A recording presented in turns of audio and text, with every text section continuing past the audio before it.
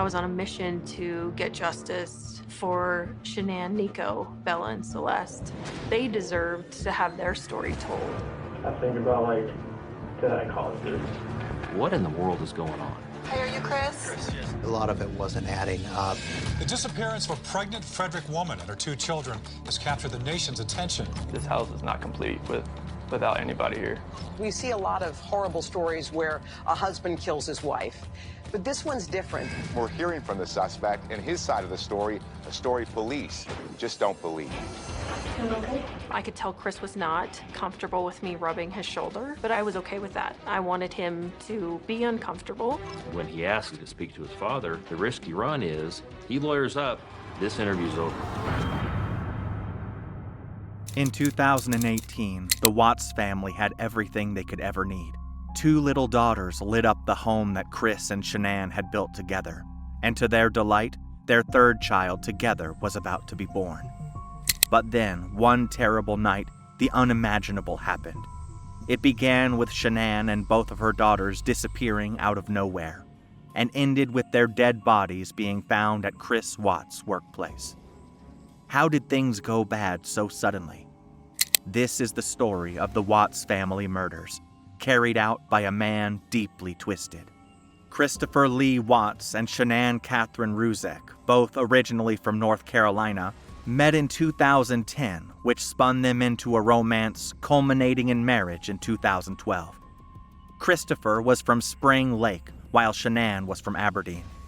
Together, they created their home in a sprawling 5-bedroom house at 2825 Saratoga Trail in Frederick, Colorado, which they bought back in 2013.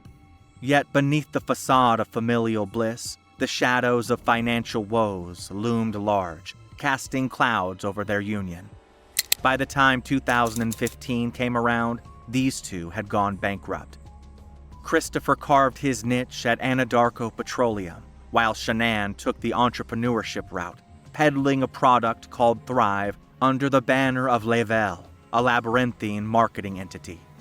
Their daughters, Bella Marie and Celeste Catherine, were born on December 17, 2013 and July 17, 2015, respectively. But from here on, the plot thickens.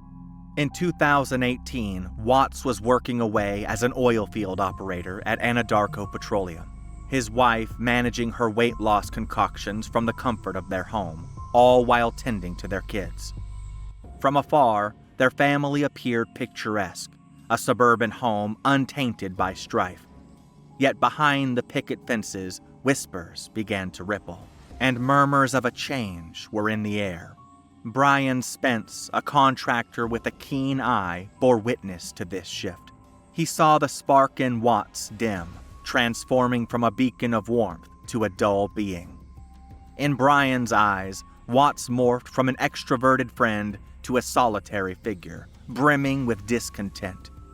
He recounted instances where Watts, once happy, now simmered with frustration, his patience fraying at the seams. Plus, his interactions with colleagues tinged with an unsettling edge. As dusk settled, Watts lingered, no longer rushing home to the sanctuary of his family. Instead, he sought solace in the company of his coworkers, imbibing spirits long into the night. While the clock ticked toward 7, he yearned to stay even later, seeking refuge from the shadows that danced in the corners of his mind. Brian noted the shift, yet dared not delve deeper. Perhaps Watts harbored secrets, demons he dared not confront, veiled beneath a facade of normalcy.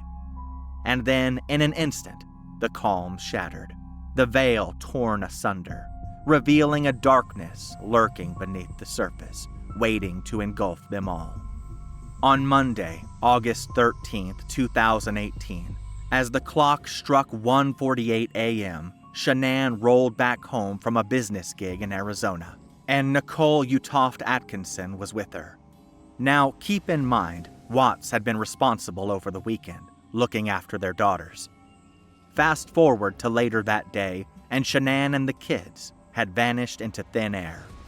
Nicole hit the panic button, worried sick when Shannan ghosted a doctor's appointment and didn't respond to any of her texts. By lunchtime, Atkinson was at Watts' doorstep, but there was no response. Not one to mess around, she dialed up Watts and then rang up the Frederick PD. The authorities came in around 1:40 p.m. for a wellness check. Watts played nice, green-lighting a house search. Their dog was there, but no sign of Shannan or the girls.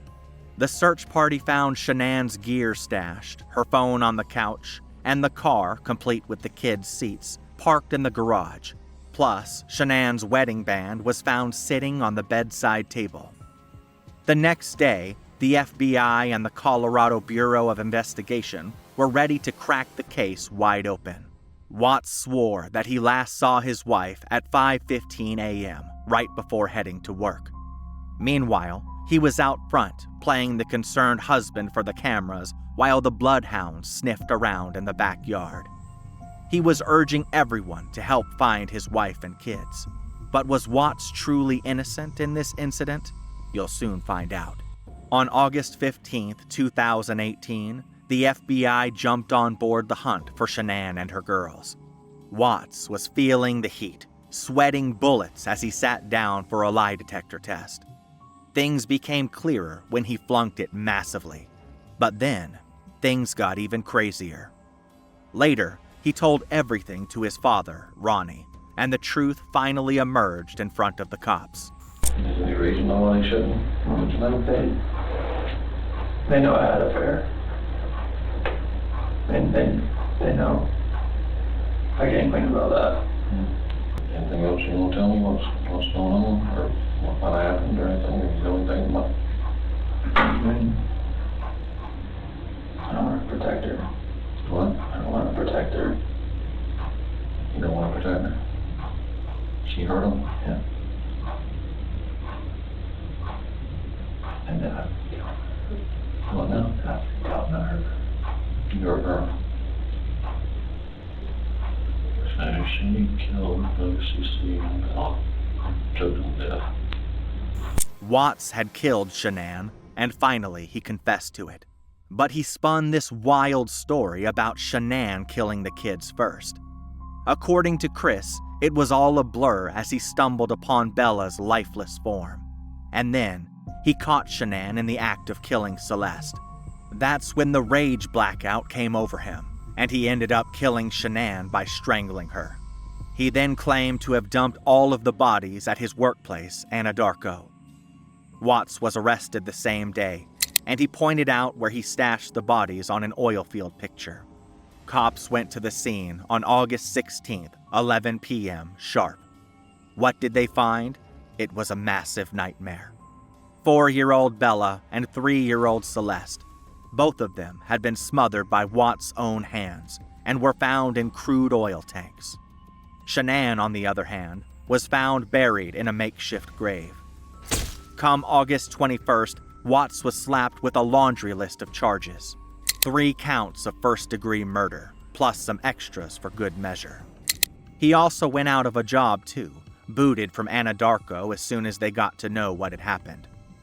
Bail was denied at first, but then it was set at $5 million, with a hefty 15% down payment to even think about walking free.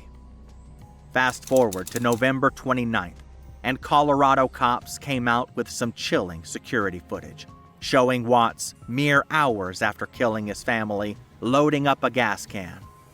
Police smelled foul play, suspecting he was carting off his loved ones' corpses to that grim oil field fate. Turns out, his story just didn't add up. The media was buzzing about the Watts case, tagging it as a grim example of family annihilation. That's when one family member typically goes off the deep end and commits the unthinkable. These horrors are often said to go down in August, right before the school bells start ringing, which can throw a veil over the truth, delaying the discovery and unraveling of these chilling mysteries. Candice DeLong, FBI profiler, said that these cases are rare birds because usually the perpetrator takes their own life after the deed's done. But not Watts, even though he claimed to have toyed with the idea of ending his life out of guilt for what he'd done. Watts' lawyer revealed a lot of things on Dr. Phil's show, claiming that a heated divorce argument was the trigger for Watts to kill Shannan. Their innocent little child, Bella, sadly walked in on the whole ugly murder scene. Watts, desperate to hide the truth, spun a story about her mother not feeling too hot. But then, he put Shannan's lifeless form and their girls into his work truck. The horror of what happened next is just too much to fathom. Watts smothered his daughters, one by one, ending their lives. Watts confessed to the murders on November 6th, surprising everyone. It all happened in a 6-hour-long interrogation, recalling how when he killed his wife, he could sense that she was praying. But that wasn't all. He also recalled the fact that when he was killing his eldest daughter, she cried out, saying, "Daddy, no," her tiny voice pleading for mercy as he moved in to silence her forever. It's enough to send shivers down your spine. And Watts admitted that this was something he hasn't been able to shake off. But despite the gravity of his crimes, the DA decided to give up on the death penalty. Shannan's kin, devastated but determined, threw their weight behind the deal. November 19th rolled around, and Watts got sentenced to spend life behind bars. But not just one. He got 5 whole life sentences, with 3 to be served back to back, ensuring he'll never catch a whiff of parole. They also tacked on a few extra decades for good measure, including 48 for cutting short Shannan's pregnancy and another 36 for messing with the corpses.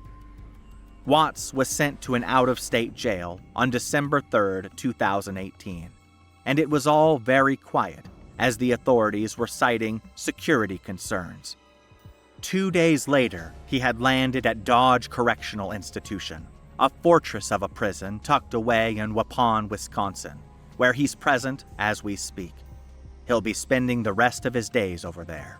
When Watts' co-workers got the news of what he had done, it shocked them all. Brian Spence admitted that he knew Watts was unhappy, but most unhappy people don't resort to such extreme measures. Even more surprising was the revelation that few of Watts' colleagues were aware of his affair with a co-worker who believed he was already separated. Spence recalled how he never mentioned his affair, but he'd joke about women being interested in him. As usual, they didn't think too much of it. Looking back, Spence regretted not recognizing the warning signs. It was clear Watts was struggling, but Brian could have never imagined it would end like this. He claimed that if he had known, he would have intervened. But he kept it hidden, and no one had a clue about what was going on in his head. Let's take a closer look at the Watts case timeline. It's December 2018, and ABC's News 2020 episode airs, featuring Shannan's parents breaking their silence for the first time post-tragedy. Meanwhile, HLN drops a bombshell with their special report titled "Family Massacre: Chris Watts Exposed." They dug deep, revealing footage from police body cams and security cams, shedding light on the eerie events leading up to the murders. Fast forward to Dr. Phil's December 2018 episode, where he sat down with a panel of experts, including Nancy Grace, Candice DeLong, Steve Cardian, and Suzanne Constantine. They dissect Watts' motives, his secret life, and his psychological profile, painting a chilling picture of the man behind the facade. In June 2021, Inside Edition blew the lid off further confessions from Watts to a pen pal. In a series of letters, Watts revealed his twisted plans that spanned several weeks. He admitted to slipping OxyContin to Shannan, hoping to terminate her pregnancy and make life easier for him and his girlfriend. But there was a lot more to his letters than just that. While Watts was in jail, author Sherilyn Cadle managed to get some sit-down time with Watts as she was writing a book named The Murders of Chris Watts. She couldn't have finished the book without his input on how and why he did what he did. And Watts poured his heart out in letters to Cadle, detailing the moments leading up to the killings. In these letters, Watts described trying to smother his daughters before turning his rage on his wife Shannan. He talked about Shannan's eyes filled with blood, her face twisted in a horrifying sight. And then, in a gut-wrenching admission, he revealed how he climbed back into bed with Shannan after attempting to end his daughter's lives. Shannan, pregnant with their third child, had no idea the horror that awaited her that morning. But here's where things take a turn for the worse. Watts' attempts to silence his daughters initially failed. Both of them woke up confused and scared, their innocent eyes bruised from the trauma they'd endured. But Watts didn't stop there. No, he followed through with his sickening plan, silencing his daughters before disposing of their bodies. It's the stuff nightmares are made of, folks. Cadle sat down with Watts for an interview, and she described how his eyes would go cold, turning black as coal whenever he brought up the gruesome details. To him, it was like talking about the weather. No remorse, no emotion, just cold, hard facts. Even now, the investigators can't shake the bone-chilling details, labeling the murders as nothing short of horrific and downright disgusting. And get this, Watts had no criminal record or history of domestic violence before this nightmare. It's a stark reminder that domestic violence can rear its ugly head anywhere, claiming innocent lives in its wake. Thanks for watching, and we'll see you in the next video.